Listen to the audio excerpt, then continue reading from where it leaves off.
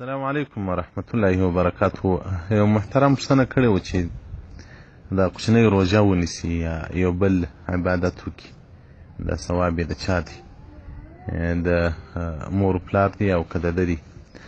محترمه وایي املا علي قاري رحمة الله علیه ارشاد الساري الى مناسک املا علي قاري صفحه 125 فصل په احرام الصبي، هغه وایي چې کوچنی چې یو عبادت کوي د تعالی پر هغه طاعت باندې ثواب ورکوي او ده لره نیکۍ لیکل کېږي، سواء کان ممیزا او غیر ممیزا، دا کوچنی که یعنې عاقل وي که غیر عاقل وي.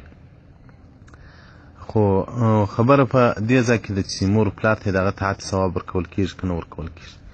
وایي وکړي. د بیا د انس بن مالک تنوس څخه یو روایت هم دی چې د هغه سم دا پامول کېږي چې کم زوی چې کم عبادت کوي یا کوچنی که لوی، نو هغه ثواب یې پلار ته ورکول کېږي، خو د ده د کوچني له ثواب څخه هغه هم څه نه کمیږي.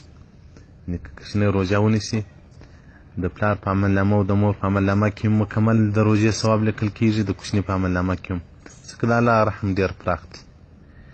او مطلق چې د مؤمن اولاد طاعت و عبادت کوي په هغه کې د پلار مکمل شراکت وي. مثلا که یې څوک زوی حافظ د قرآن جوړ کړي، طالب یې جوړ کړي، عالم یې جوړ کړي، نو تر هغه وخت چې د دوی د الله په قرآن د الله په دین په شریعت باندې خوله مشغول وي، پلار د امیر سړی وي، لیکن په ورځ قیامت وي د پلار هم د علماو مقام وي، پلار به هم د علماو په سب کې، ځکه خو چې د ده زوی کم اعمال کوي، د ده زوی کم دین رسوي، د ده زوی کم قرآن تلاوت کوي، هغه ثواب مکمل و دغه ته رسېږي د ده و پلار ته.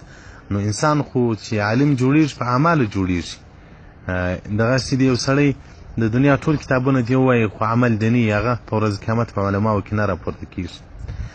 نو عالم چې په علماو په سب کې راپورتول کېږي هغه په عمل سره، نو د دغه عالم پلار امیر دی، د قاري او د حفیظ پلار امیر دی، د طالب پلار امیر دی، خو لیکن په ورځ قیامت وي مقام هغه وي، دا د زوی عبادت هغه د تعالی جل جلاله ورشریکوي، خو د زوی له دې څخه څه نه به کمیږي. ارشاد الساري صفحه 125 فصل په احرام الصبي. والسلام علیکم ورحمة الله وبرکاته.